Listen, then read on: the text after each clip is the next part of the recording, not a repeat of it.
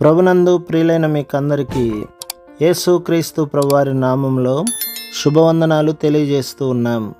దైవజనులు బ్రదర్ భక్త సింగ్ గారి పరిచర్యలో నుండి దైవ మర్మములు. నవంబరు 28. సమాధానపరచువారు ధన్యులు, వారు దేవుని కుమారులు అనబడుదురు.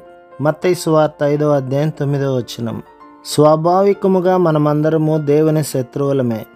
మనము తిరిగి జన్మించినప్పుడు దేవుని బిడ్డలమైతిమి. లోకస్తులు దేవునికి మనకు కూడా శత్రువులై ఉన్నారు. నీవు తిరిగి జన్మించగా సమాధానపరచువాడవగుదువు. నీ ద్వారా దేవుని శత్రువులు ఆయన మిత్రులగుదురు. దేవుని బిడ్డవైనందువలన ఈ పరిచర్య నీకొక ఆధిక్యతగా ఇవ్వబడి ఉన్నది.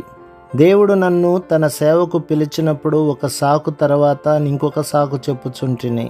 నా ఉద్యోగం ద్వారా, డబ్బు ద్వారా ఆయనను సేవించగలను అనుచు 2 సంవత్సరముల పర్యంతము ఈ విధముగా పోరాడుచుంటిని. నా డబ్బంతయు నీకే ఇచ్చివేయుదును అని ప్రమాణము చేయుచున్నాను. నేను ఉపయోగించుకున్నటకు గాని నా అవసరతలకు గాని ఆ డబ్బు నాకు వద్దు. నీవే అంతయును తీసుకొనుము. నన్ను బోధకునిగా మాత్రము చేయవద్దని నిన్ను బతిమాలుకొనుచున్నాను. నేను బోధలు చేయలేను అని అంటిని. నీ డబ్బు నాకు అవసరం లేదు, నాకు నీవే కావలెను అని దేవుడనెను. చిట్ట చివరకు 1932వ సంవత్సరము ఏప్రిల్ మాసమందు ఆయనకు లోబడితిని. దేవునికి స్తోత్రము. ఈ దినము నా జీవితమును నీకు సమర్పించుకొనుచున్నాను. నా కొరకు ఏదియు దాచుకొనక అంతయు నీకే ఇచ్చివేయుదును. ఎక్కడికైనాను పంపించుము, ఎక్కడైనా ఎంతకాలమైనను ఉంచుము. ప్రభువా, నన్ను నీకు సమర్పించుకొనుచున్నానని చెప్పి తిని. నన్ను వెంబడించుము అని దేవుడు నీతో మాట్లాడుచున్నాడా?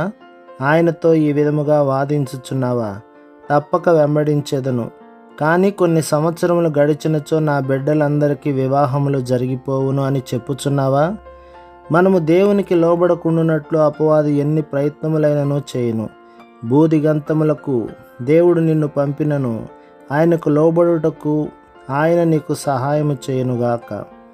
మనుష్య రీతిగా నీకేమైనను యోగ్యతలు కలవా లేవా అని తలంచుకుము.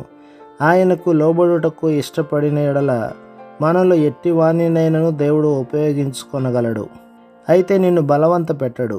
నీకు నా జీవితమును సమర్పించుకొనుచున్నాను అని దేవునితో నేను చెప్పిన తర్వాత తన మార్గమును అనుసరించి ఆయన నన్ను ఉపయోగించుకొనుచున్నాడు.